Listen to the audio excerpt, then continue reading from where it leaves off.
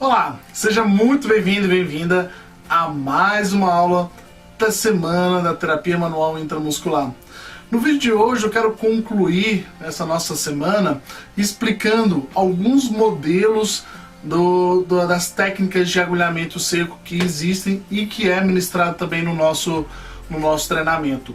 Nós temos alguns modelos que são tradicionais e outros que foram sendo adaptados ao longo do tempo. O objetivo, obviamente, de cada técnica se diferencia de acordo com a avaliação. Então, se eu identifiquei, por exemplo, se o meu paciente tem uma alteração neuropática, eu vou utilizar um modelo. Se eu identifiquei que tem a presença de trigger point, eu vou utilizar outro modelo. Se esse meu paciente, eu tenho um objetivo com ele muito mais com uma questão funcional, eu vou utilizar outra metodologia. Se esse meu paciente apenas tem uma dor, eu vou utilizar essa metodologia e outros recursos. Então, o que eu preciso sempre compreender é que a técnica não é protocolada. Eu não vou utilizar, por exemplo, um modelo apenas e vou utilizar ele para todas as questões que eu encontrar com o meu paciente. Não, eu posso utilizar diferentes estratégias com o mesmo paciente com objetivos completamente diferentes. O que vai diferenciar justamente é a forma como eu vou realizar este agulhamento, profundidade, técnica utilizada, tempo, se eu vou associar outra técnica ou não. Então eu queria começar falando sobre o modelo Trigger Point. O modelo Trigger Point talvez seja o modelo mais tradicional e um dos mais utilizados no mundo todo.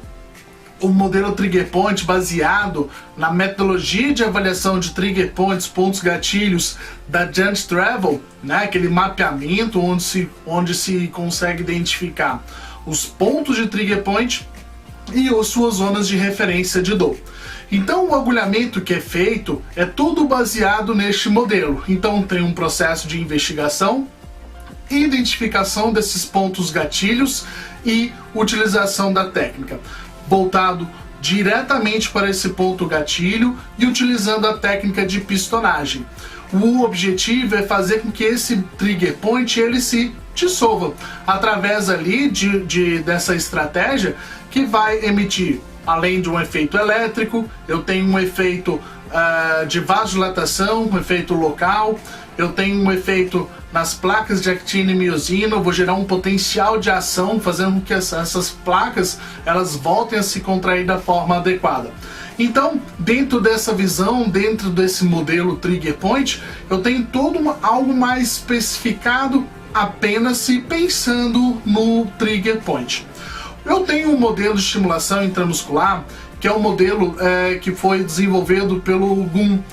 Essa metodologia ela tem uma visão que é a seguinte: se eu tenho alguma alteração muscular presente, se eu tenho a presença de um trigger point, uma banda tensa, é porque possivelmente eu tenho alguma alteração neuropática, eu tenho uma alteração nos meus nervos que fizeram com que apresentasse essa alteração muscular. Então, dentro da sua avaliação, você vai identificar se há presença ou não de alguma alteração neuropática para poder fazer este agulhamento, que pode ser direcionado para as musculaturas mais próximas da coluna ou nos pontos motores dos músculos, onde a agulha é inserida e é buscado ali um sinal que a gente chama de sinal do pulo, ou um apertar nesta agulha. Então, quando a pessoa está fazendo o agulhamento e não encontra este ponto, ele deve ser retirado e redirecionado até encontrar esse determinado ponto onde há um apertar ou até mesmo um sinal do pulo.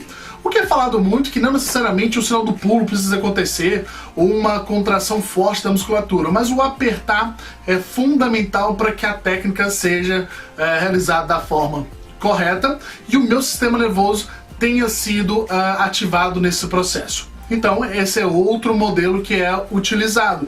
E nós temos a estimulação intramuscular baseada na função, né, o chamado de dry needling funcional. Tem outros objetivos. Eu posso utilizar, inclusive, a técnica de forma muito semelhante ao do modelo Trigger Point, onde eu faço a realização de pistonagens, mas eu posso associar isso também com a eletroterapia, para ativar musculaturas. Então, se eu tenho ali por exemplo, uma discinese escapular, eu tenho ali um serrátil inibido, eu posso utilizar o agulhamento associado com a eletro para ativar essa musculatura. Então eu vou gerar ali uma contração naquela musculatura e logo na sequência eu vou fazer um treino funcional.